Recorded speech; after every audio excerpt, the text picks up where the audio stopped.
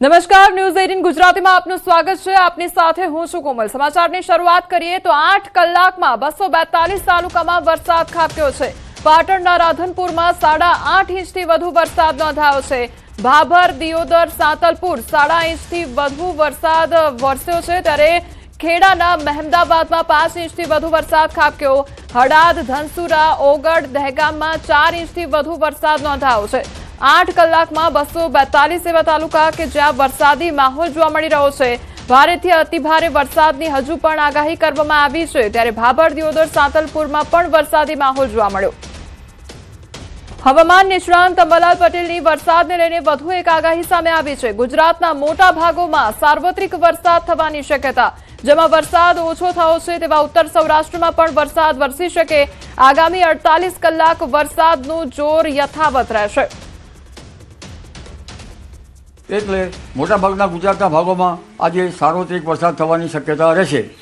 ખાસ કરીને દક્ષિણ ગુજરાતના ભાગોમાં ભારેથી કોઈ ભાગમાં અતિભારે વરસાદ થઈ શકે, પરંતુ લગભગ દક્ષિણ સૌરાષ્ટ્રના બોટાદ, ભાવનગર ભાગોમાં પણ ક્યાંક ભારે વરસાદ થઈ શકે। ગીર સોમનાથના ભાગોમાં પણ, ખાસ કરીને ઉત્તર ગુજરાતના ભાગોમાં, સાબરકાંઠાના ભાગોમાં અને પાટણ, હારીજના ભાગોમાં વરસાદ થવાની શક્યતા રહેશે। સાબરકાંઠા, અરવલ્લીના કેટલાક ભાગમાં ભારેથી અતિભારે વરસાદ થવાની શક્યતા રહેતા નાની નદીઓમાં પૂરની સ્થિતિ રહી શકે। હાલમાં ભારે વરસાદી ઝાપટા આવતા લગભગ જળ ભરાવની સ્થિતિ રહેતા જનધને કાળજી રાખવી ઈચ્છ રહે। આ ઉપરાંત તારીખ 28 બાદ પણ વરસાદ થવાની શક્યતા રહેશે અને આ વરસાદનું પાણી કૃષિ કાર્યો માટે સારું ગણાય છે। અરવલ્લીના ભિલોડાના સુપ્રસિદ્ધ જૂના ભવનાથ મંદિરોના અદભુત ડ્રોન નજારાઓ સામે આવી રહ્યા છે।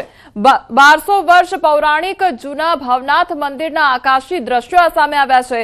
ભિલોડાની ઇન્દ્રાશી નદી પર આવેલ છે આ જૂના ભવનાથ મહાદેવનું મંદિર કુદરતી દ્રશ્યો સાથે કુદરતના ખોળે બિરાજમાન છે। સ્વયંભૂ ભવનાથ મહાદેવ અને તેના આકાશી દ્રશ્યો સામે આવી રહ્યા છે। તો જૂના ભવનાથ મંદિરના આકાશી દ્રશ્યો સામે આવી રહ્યા છે। નયનરમ્ય નજારો જોવા મળી રહ્યો છે। 1200 વર્ષ પૌરાણિક જૂના મંદિરના દ્રશ્યો સામે આવી રહ્યા છે કે જ્યાં ચારે બાજુ પાણી જ પાણી નજરે પડી રહ્યું છે। જૂના ભવનાથ મંદિરના દ્રશ્યો કે જે 1200 વર્ષ પૌરાણિક જૂનું આ મંદિર છે અને તેના દ્રશ્યો સામે આવ્યા છે। ભિલોડાના ઇન્દ્રાશી નદી પર આવેલ છે આ જૂના ભવનાથ મહાદેવનું મંદિર। ખેડાના માતરમાં 17 ઇંચ વરસાદે તારાજી સર્જી છે। માતરના એક્સક્લુઝિવ આકાશી દ્રશ્યો ન્યૂઝ 18 ગુજરાતી પર માતરના ભલાડા મધરોલ પર પાણી ફરી વળ્યા છે। ખેતરોમાં દૂર દૂર સુધી જ્યાં જુઓ ત્યાં પાણી જ પાણી નજરે પડી રહ્યું છે। માતરના ખેતરમાં જળબંબાકારની સ્થિતિ નજરે પડી રહી છે। તો માતરમાં પણ અનરાધાર વરસાદ ખાબકવાને કારણે ચારે બાજુ પાણી જ પાણી નજરે પડી રહ્યું છે। જળબંબાકારની પરિસ્થિતિ સર્જાઈ છે અને તે અંગેના આકાશી દ્રશ્યો પણ સામે આવ્યા છે। 17 ઇંચ જેટલો વરસાદ ખાબક્યો અને જેના કારણે ચારે બાજુ પાણી ભરાઈ ગયા છે, તો તેના આકાશી દ્રશ્યો પણ સામે આવ્યા છે।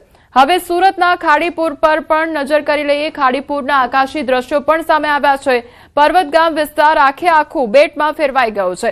હજુ પણ મીઠી ખાડીના જે પાણી રોડ જે છે તેના પર પાણી ફરી વળ્યા છે।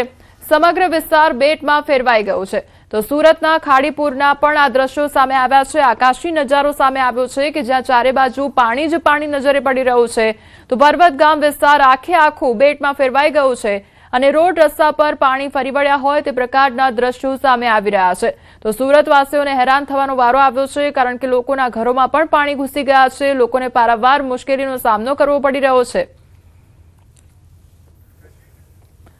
સુરતના કોસંબાથી કીમને જોડતા જે માર્ગ છે તેના પર પણ પાણી ફરી વળ્યા છે। કીમ નદીમાં ભારે પાણીની આવક થતા નદીનું પાણી રોડ પર ફરી વળ્યા છે, ત્યારે નદીનું પાણી રોડ પર ફરી વળતા ગાયકવાડી માર્ગ બંધ થયો છે।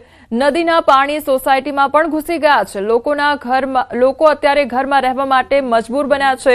તો બીજી તરફ ચારે બાજુ પાણી ફરી વળ્યા છે, જેના કારણે લોકો બહાર પણ નીકળી શકતા નથી। લોકો ઘરમાં જ રહેવા માટે મજબૂર બન્યા છે, કારણ કે ચારે બાજુ પાણી ફરી વળ્યું છે। વરસાદી પાણી ફરી વળતા લોકોને હાલાકી વેઠવાનો વારો આવી રહ્યો છે।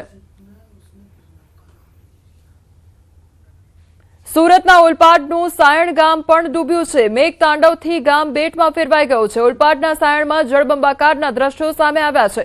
સિઝનમાં બીજી વાર સાયણ ગામ બેટમાં ફેરવાયું છે। ઓલપાડના ધારાસભ્ય મુકેશ પટેલે મુલાકાત લીધી। અધિકારીઓને સાથે રાખીને પૂરગ્રસ્ત વિસ્તારની મુલાકાત લેવામાં આવી છે। અધિકારી ગેરકાયદેસર દબાણ દૂર કરવા માટે સૂચના પણ આપી છે। તો ગેરકાયદેસર નાળા આરસીસી દબાણ દૂર કરવા તેમજ આરએનબીને સૂચના આપવામાં આવી છે। પૂરગ્રસ્ત વિસ્તારમાં જરૂરી મદદ માટે સૂચના આપવામાં આવી છે તેવું મુકેશ પટેલ દ્વારા કહેવામાં આવ્યું છે। તો સુરત સાયણની આ તસવીરો સામે આવી છે કે જ્યાં અનરાધાર વરસાદ વરસવાને કારણે પાણી ભરાઈ ગયા છે। તો ઠેર ઠેર પાણી ભરાઈ જવાને કારણે જે આદેશ છે તે પણ આપવામાં આવ્યો છે। ઓલપાડના ધારાસભ્ય મુકેશ પટેલ દ્વારા પણ મુલાકાત લેવામાં આવી છે। પૂરગ્રસ્ત વિસ્તારની મુલાકાત લેવામાં આવી। આ સાથે દબાણો દૂર કરવાની સૂચના પણ આપવામાં આવી છે। જે ગેરકાયદેસર દબાણ છે તે દૂર કરવા સૂચના આપવામાં આવી છે।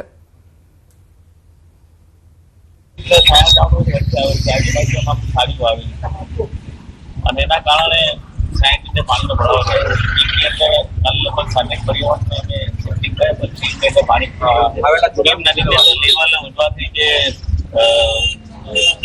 ગોળોલી વાંકનો જે વિસ્તાર છે અત્યારે લોકોની સેફટી માટે બંધ કરવામાં આવ્યો છે। ફૂટપાથની અંદર જે વિસ્તાર છે દરિયાની વિસ્તારની અંદર જે હળપતિ વાસાઓનો હળપતિ કોલોનીમાં એને સેટિંગ કર્યા છે। એસડીઆરએફની તો અમરેલીના લીલિયામાં ભારે વરસાદ ખાબક્યો છે। દાડમાં મોટા કણકોટ રોડ પર પાણી ભરાઈ ગયા છે। પાણીના પ્રવાહમાં બાઇક ચાલક તણાયો હોવાની ઘટના સર્જાઈ। બાઇક સાથે કોઝવે પરથી પસાર થતા યુવક પણ તણાયો હતો। સ્થાનિક લોકોની મદદથી બાઇક સવાર વ્યક્તિને બચાવવામાં આવ્યો હતો। તો સ્થાનિકો મદદ માટે દોડી આવ્યા હતા અને જે તણાતો યુવક હતો તેનું રેસ્ક્યુ કરવામાં આવ્યું હતું। તો દાડમાં મોટા કણકોટ રોડ પર પાણી ભરાઈ ગયા। રોડ રસ્તા પરથી પાણી વહેતા હોય નદીના દ્રશ્યો જાણે જોવા મળી રહ્યા હોય તે પ્રકારની તસવીરો સામે આવી હતી। તો બાઇક ચાલક જે યુવક હતો તે પણ પાણીના પ્રવાહમાં તણાયો હતો। સ્થાનિકો દ્વારા રેસ્ક્યુ ઓપરેશન હાથ ધરવામાં આવ્યું હતું।